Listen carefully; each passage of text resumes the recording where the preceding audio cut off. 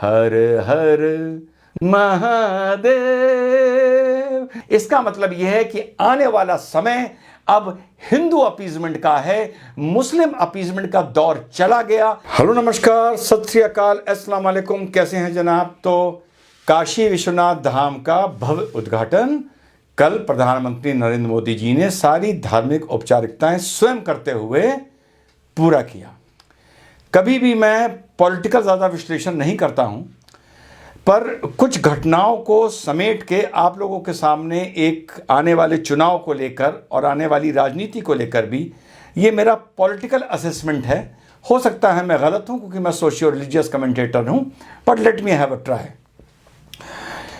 पहली चीज़ तो मुझे किसी बंदे ने लिखी, दो बंदों ने इनबॉक्स लिखी, एक अपने हिंदू भाई थे, एक अपने मुस्लिम भाई थे, कि ये जो 400 करोड़ रुपए इस पर लगा है, क्या ये वर्थ इट है, कोरोना काल, फलाना फलाना बातें लिखी उन्होंने।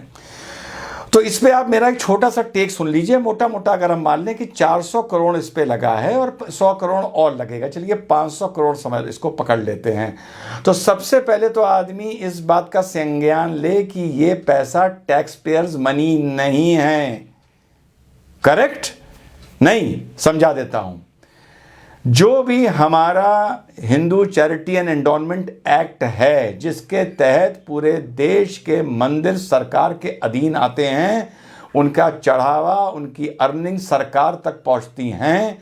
अगर उन अर्निंग्स और उस टर्नओवर का जो टर्नओवर या जो कानून गुरुद्वारों पर, मस्जिद पर या चर्चिस पर लागू नहीं होता, वो ही इस देश के मंदिरों पर लागू होता है, बेचारे हिंदुओं पर लागू होता है सेकुलरिज्म के नाम पर।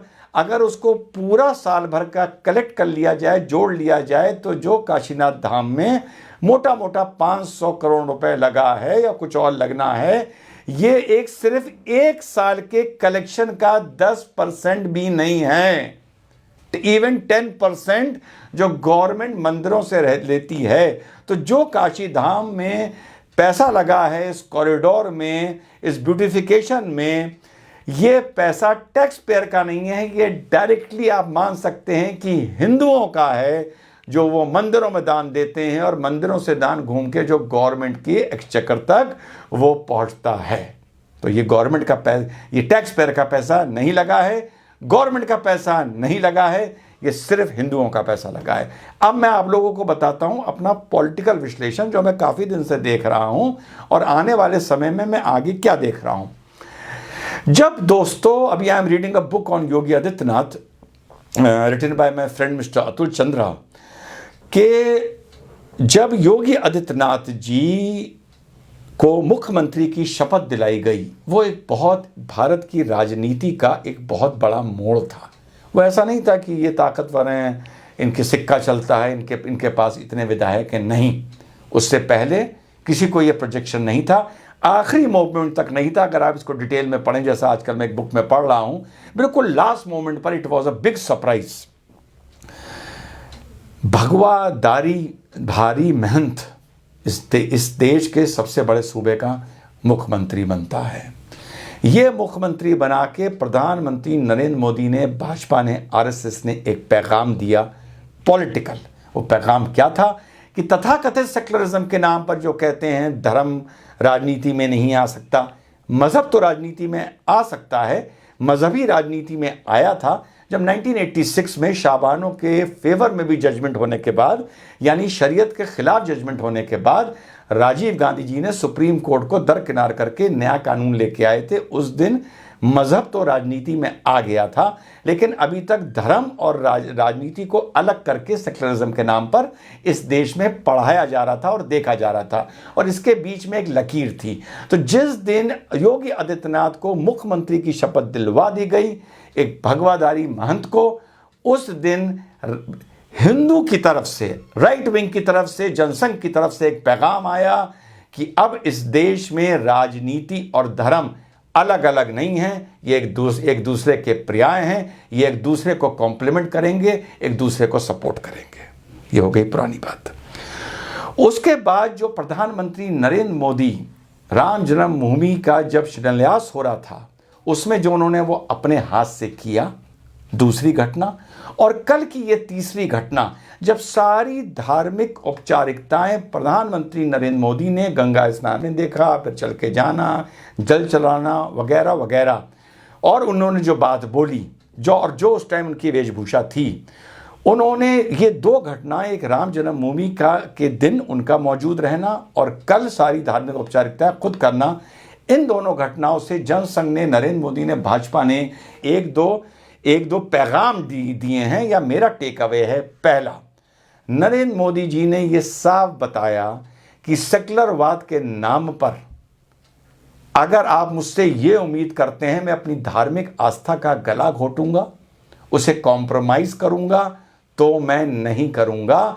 मेरी धार्मिक आस्था भी, अगर यहां का संविधान सर्वोच्च है तो मेरी धार्मिक आस्था भी सर्वोच्च है। यह पहला पैगाम जनसंघ ने, भाजपा ने और प्रधानमंत्री नरेंद्र मोदी ने दोनों इन कार्यक्रमों में शिरकत करके और आगे होके पहला पैगाम दिया है। दूसरा, इन्होंने यह पैगाम दिया है इन दोनों घटनाओं के बाद कि India is A de facto Hindu राष्ट्र।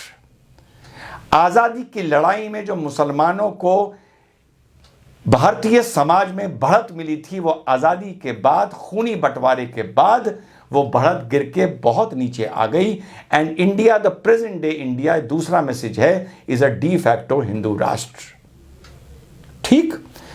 तीसरा, इसमें जो आउटपुट निकल के मेरे हिसाब से आ रहा है वो ये आ रहा है कि देखिए देश की राजनीति कैसे करवट ले रही है, बहुत सा विपक्ष जो सेक्युलरवाद के नाम पर टोपी तो पहनता था पर अपने को हिंदू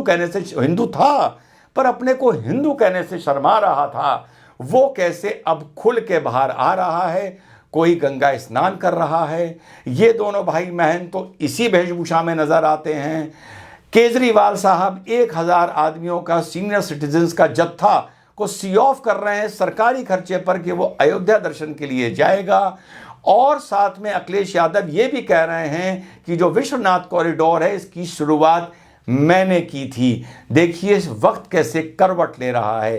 किसी भी विपक्ष में ये कहने का दम नहीं बचा है, साहस नहीं बचा है कि काशी विश्वनाथ का कॉरिडोर करने का क्या फायदा, इसका क्या लाभ है, इसमें पैसे लग रहे हैं, टैक्स पेयर मनी जा रहा है, वगैरह वगैरह, जो इन लोगों की आदत हुआ करती थी। ये वो लोग हैं जिन्होंने राम भक्तों पर गोली भी चलवाई थी। ये वो लोग हैं जिन्होंने राम के अस्तित्व को मानने से मना कर दिया था। ये वो लोग हैं जिन्होंने राम सेतु के अस्तित्व को मानने से मना कर दिया था। आज पूरा समा भगवादारी हो चुका है, चाहे वो भाजपा हो, चाहे वो आप हो, चाहे वो सपा हो और चाहे वो कांग्रेस हो। कितनी बड़ी करवट ली है पूरे समाज ने। और सबसे बड़ी बात है कि इसका विरोध करने की भी इन लोगों में हिम्मत अब नहीं बची है। इसका मतलब यह है कि आने वाला समय अब हिंदू अपीजमेंट का है, मुस्लिम अपीजमेंट का दौर चला गया। मुस्लिम वोट फॉर ग्रांटेड हैं। सबको पता है कि इनका विकास करो या ना करो, इनके लिए खड़े हो ना हो। जैसा शाहीन बाग में केजरीवाल ने किया था, वो शाहीन बाग 3 महीने थूकने नहीं गया कि तुम लोग हो कौन, और जीतने के बाद भी वो हनुमान मंदिर गया माथा टेकने के लिए, और जीतने के बाद भी शाहीन बाग नहीं आया। लेकिन बेचारे मुसलमान आपकी जीत के खामखा खुश होकर लड्डू बांट रहे थे। तो कुल मिला के Muslims don't have a choice, they are expose voter. सबको पता है कि जो बीजेपी को अच्छा हरा रहा होगा उसको मुस्लिम वोट शिफ्ट हो जाएगा। अब इस देश में जो 60-70 साल मुस्लिम वोट किसको मिलेगा, इसकी राजनीति थी। जनता पार्टी, कांग्रेस, फलाने, इन सब में आपस में भिड़ंत होती रहती थी मुस्लिम वोट के लिए। अब वो भिड़ंत हो रही है हिंदू वोट के लिए। अब दौर आ गया है हिंदू अपीजमेंट का, और ये जो हिंदू अपीजमेंट का दौर आया है, या अब हिंदू बनने का दौर आया है, या सेक्युलर होते हुए भी भगवा पहन के सेक्युलर पार्टियों के लीडर्स का भी घूमने का दौर आया है, इसका सेहरा बनता है जनसंघ को, भाजपा को, नरेंद्र मोदी जी को और योगी आदित्यनाथ जी को। तो ये इस पूरी पॉलिटिक्स में एक बदलाव है। अगर आज की तारीख में उत्तर प्रदेश चुनाव में 4 इक्के हम मान के चलें, तो पहला इक्का धर्म का इक्का पे भपौती जो है वो भाजपा की है, मोदी की है, योगी आदित्यनाथ की है। ये इक्का जो हमारे फैक्टर्स वोटिंग को इन्फ्लुएंस करते हैं, सिर्फ उसकी बात कर रहा हूं। ये जो इक्का है योगी की जेब में है, क्योंकि ये जितना भी ऑपोजिशन भगवा पहन ले वो ये नहीं बोल सकता जो मोदी जी ने बोला। जरा सुनिए। आतताइयों ने इस नगरी पर आक्रमण किए, इसे ध्वस्त करने के प्रयास किए। औरंगजेब के अत्याचार, उसके आतंक का इतिहास साक्षी है। जिसने सभ्यता को तलवार के बल पर बदलने की कोशिश की, जिसने संस्कृति को कट्टरता से कुचलने की कोशिश की, लेकिन इस देश की मिट्टी बाकी दुनिया से कुछ अलग है। यहां अगर औरंगजेब आता है तो शिवाजी भी उठ खड़े होते हैं। तो सुना आपने, ये जितना भी भगवा पहन ले ये बात नहीं बोल सकते जो मोदी जी ने बोली। चलते और एक बात और बता दूं, जो वाराणसी में बैठ के बार बार औरंगजेब का नाम लिया गया है, इसमें एक छुपा हुआ संदेश भी है। आने वाला वक्त उस संदेश का राज खोलेगा। तो जो धर्म का इक्का है वो भाजपा योगी के पास है। दूसरा इक्का शासन प्रशासन का, बाहुबलियों को जेल में डालने का, कानून व्यवस्था का, ठेकेदारी में टेंडरों में गुंडागर्दी होने का और सरकारी स्तर पे भ्रष्टाचार होने का और सख्त होने का, towards crime, day to day crime. ये दूसरा इक्का है जो वोटिंग को इन्फ्लुएंस करता है। ये भी योगी के जेब में है। यानी धर्म का इक्का योगी की जेब में है। तुम कुछ कर लो उससे नहीं जीत पाओगे। और लॉ एंड ऑर्डर का, माफियाओं के घुटने तोड़ने का, माफियाओं को जेल में डालने का, टेंडर के टाइम पर गुंडागर्दी रोकने का, थानों में गुंडागर्दी रोकने का जो इक्का है, ये भी योगी के हाथ में है। बचे दो इक्के, महंगाई का, पेट्रोल का, बेरोजगारी का, इन्फ्लेशन का। अगर इन सब समस्याओं को सत्य भी मान लिया जाए तो दो इक्के आने वाले चुनाव में 2022 के योगी के हाथ में हैं। दो इक्के जो बाकी बचते हैं बाकी चीज़ों के, इन्फ्लेशन, महंगाई, पेट्रोल, रोजगारी, जिसका हल्ला ऑपोजिशन मचाती है, ये दो इक्के उत्तर प्रदेश में बटेंगे कांग्रेस में, बीएसपी में, सपा में, आप में और जाहिल आजम रजाकर एमआईएम में। तो दो इक्के एक की जेब में हैं, दो इक्के 5 की जेब में हैं। आप लोग खुद समझदार हैं। वैसे जनवरी में हम लोग उत्तर प्रदेश के भ्रमण पर निकलेंगे, सर्वे पे निकलेंगे। वहां से फेस टू फेस आपके लिए एक तस्वीर बिल्कुल साफ करेगा कि आने वाले चुनाव में रुझान किस तरफ है। पर अगर इन 4 बिंदुओं पर देखा जाए तो दो इक्के योगी के पास हैं और बाकी दो इक्के पांचों के पास हैं। डिवीजन के हिसाब से आप देखें तो सरकार किसकी बनने जा रही है आपको पता है। और गाली देने वालों के लिए मुझे बहुत से लोगों ने मैसेज किया कि रिजवान भाई आपको इन लोगों को इस भाषा में नहीं जवाब देना चाहिए। मुस्लिम भाइयों ने भी मुझसे रिक्वेस्ट करी। तो अगर किसी को मेरी बात बुरी लगी तो मैंने भी सोचा कि मैं गाली दे के अपनी जुबान क्यों खराब करूं, क्यों ना मैं ऐसी बात बोलूं जो मीठी भी हो, मधुर भी हो और गालीखोरों को, गालीबाजों को मिर्चा भी लग जाए। तो भला मैं क्यों गाली दूं जब मेरे पास एक ऐसी चीज़ है जो मीठी भी है और मधुर भी है और उससे लोगों को मिर्चा लगेगी। हर हर महादेव। लग गई मिर्चा। जय हिंद, वंदे मातरम, खुदा हाफिज।